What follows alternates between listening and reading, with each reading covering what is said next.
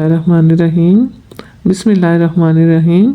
अस्सलाम वालेकुम प्यारे बच्चों, आज हम एक्सरसाइज नंबर 1.1 के क्वेश्चन नंबर 1 का 5th पार्ट हल करेंगे। ठीक है, तो आइए स्टार्ट करते हैं।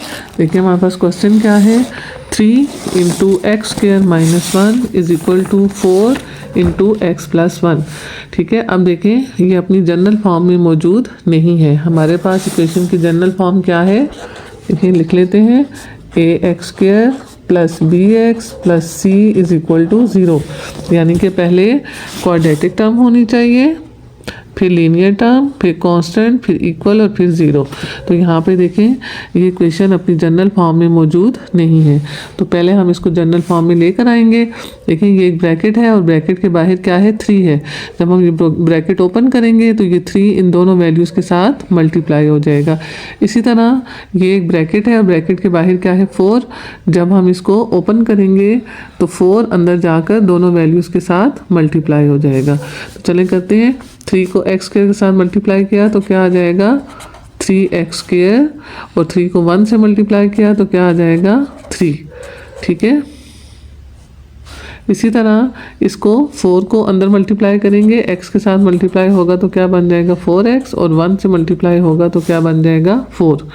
ठीक है, अभी हमने ब्रैकेट ओपन कर ली, इधर क्या आ गया, 3x² - 3, और इधर क्या आ गया, 4x + 4। ठीक है, अब हमने क्या करना है, हमें चूंकि इक्वल के इस साइड पे 0 चाहिए, क्वाड्रेटिक टर्म इस साइड पर है, तो हम इन दोनों फैक्टर्स को इस तरफ शिफ्ट कर देंगे।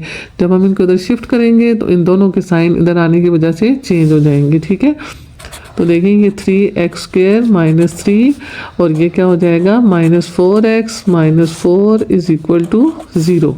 ठीक है, अब हमने क्या करना है, इसको अरेंज करके लिखते हैं। देखिए पहले क्वाड्रेटिक टर्म को लिख लेते हैं, फिर लीनियर टर्म को, और ये जो दो लाइक टर्म्स हैं इनको इकट्ठा कर लेंगे। -3 - 4 = 0। ठीक है, देखिए x² भी अकेली टर्म है, 4x भी अकेली टर्म है, सिर्फ ये दोनों लाइक टर्म्स हैं।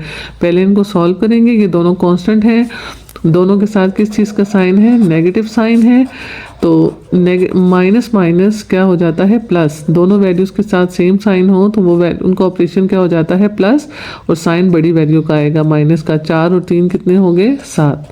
अब देखिए ये अपनी जनरल फॉर्म में आ गई है। पहले क्वाड्रेटिक टर्म है, फिर लीनियर टर्म है, फिर कांस्टेंट है, फिर इक्वल है, और दूसरी तरफ क्या है, 0। ठीक है, अब देखिए वैल्यूज़ निकालते हैं। इसमें से a की वैल्यू क्या हो जाएगी, 3, जो x² का कोफिशिएंट है। b की वैल्यू क्या हो जाएगी, -4, जो कि x का कोफिशिएंट है, और c की वैल्यू क्या हो जाएगी, -7। ठीक है, अच्छा अब हम क्या लिखेंगे, ac 3 × -7 = -21। ठीक है, अब बच्चों हमने किसके फैक्टर बनाने हैं, -21 के। ठीक है, तो चलिए बनाते हैं फैक्टर्स। टेबल बनाएंगे, फैक्टर्स ऑफ AC, और इस तरफ क्या आ जाएगा, एडिशन सब्ट्रैक्शन ऑफ फैक्टर्स।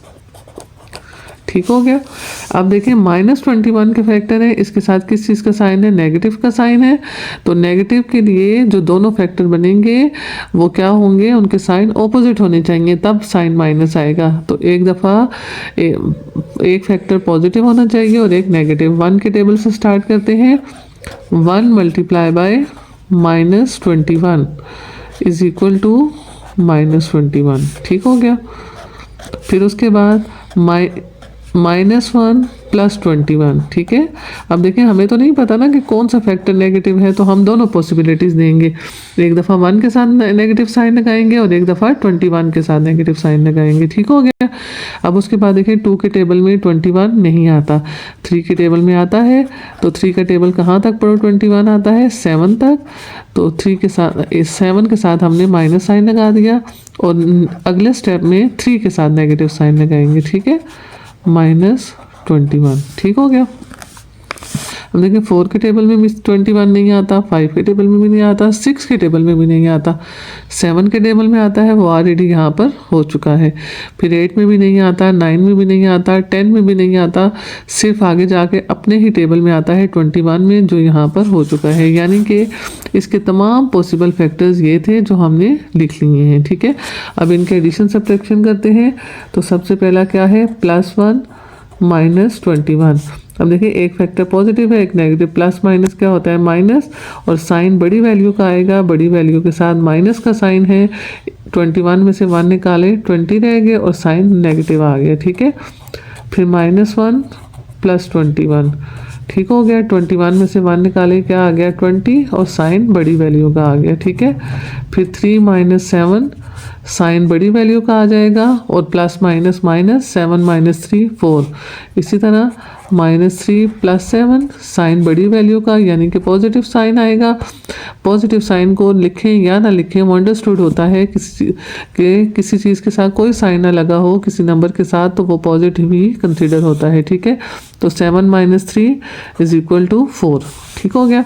अब हम अपना ग्रुप सेलेक्ट करते हैं, किसके हिसाब से करेंगे? पी के हिसाब से। देखिए इस तरफ तो सारे -21 ही है ना, तो यहाँ से हम वो ग्रुप चूज़ करेंगे जिसका वैल्यू क्या है? -4। तो कहाँ पर है?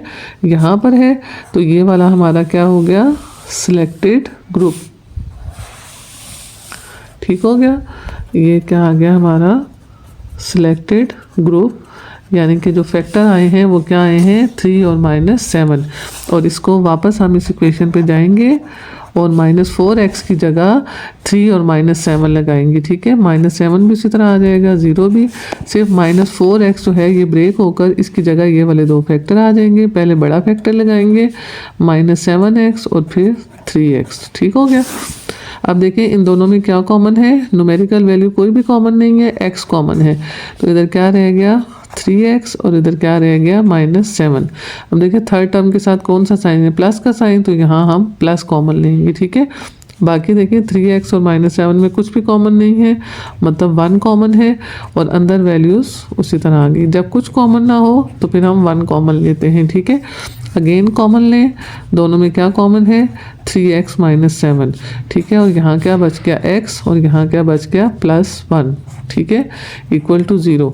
जब आप यहाँ तक पहुँचे तो ये देखें, ये दोनों ब्रैकेट्स अगर सेम आ रही हैं तो इसका मतलब है आप क्वेश्चन ठीक हल कर रहे हैं, ठीक है। Again using zero product property, या 3x - 7 0 है, या x + 1 0 है, ठीक है। अब यहाँ से हमने x की वैल्यू निकालनी है। ये सिंपल लीनियर इक्वेशन है। -7 दूसरी तरफ जाकर क्या हो जाएगा? +7, और ये देखिए 3x के साथ क्या हो रहा है? मल्टीप्लाई, और ये दूसरी तरफ जाकर क्या हो जाएगा? डिवाइड। तो यहाँ पे क्या आ जाएगा? 7/3। ये +1 है, दूसरी तरफ जाकर क्या हो जाएगा? -1। तो ये आपका सॉल्यूशन सेट क्या बन गया? 7/3 एंड 1, ठीक है। ये हमारा क्या आ गया? आंसर। Thank you.